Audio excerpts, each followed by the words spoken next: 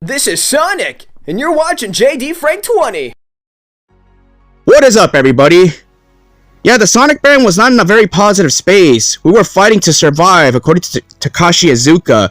Izuka discussed how Sonic Team recovered from a disastrous decade, especially after the expensive failure of SonicBoom. Sonic Team is never going back to the old ways that nearly ruined the franchise. 10 years ago, I moved from Tokyo to Burbank. At the time, the Sonic brand was not in a very positive space. A lot of people were bashing on the brand. They really weren't happy with the things coming out. Absolutely, like seriously, the Sonic the Hedgehog brand was the butt of everybody's jokes during that time. It was the beginning of the Dark Ages 2.0, obviously.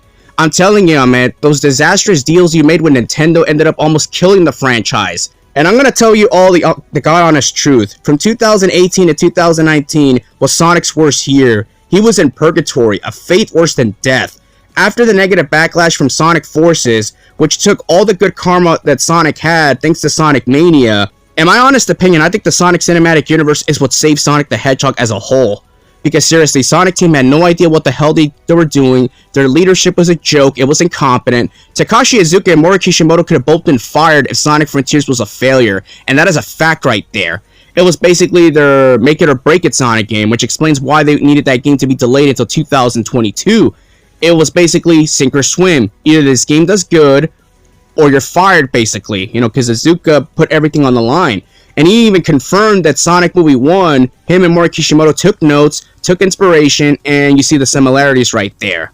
So again, the Sonic Cinematic Universe is to thank why Sonic is cool again. You know, you look at this meme, how are you not dead? I have no idea. Answer, Paramount. That's why. Your partnerships with Paramount have benefited you a lot, SEGA. You know, seriously, you should be thanking Paramount for saving your brand. Now you know why in Sonic Movie 4, I'm advocating Paramount to just basically ignore Sega's orders. And for some dubious reason they're against, you know, romance here and there. Hey, Sega, back off. Let Paramount do what they have to do. They saved your brand. You don't even have a say right here. Because let's be real about this. If it wasn't for Paramount, the Sonic the Hedgehog brand would be more dead it could possibly phantom.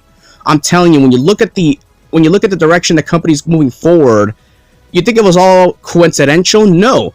Once after they realized they got success from the Sonic movie back in 2020, then they've been starting to make some positive changes. Then, of course, you had that Sonic Central in 2021. That was the real turning point for Sega as a whole. You know, obviously Sonic Origins, which later became Origins Plus.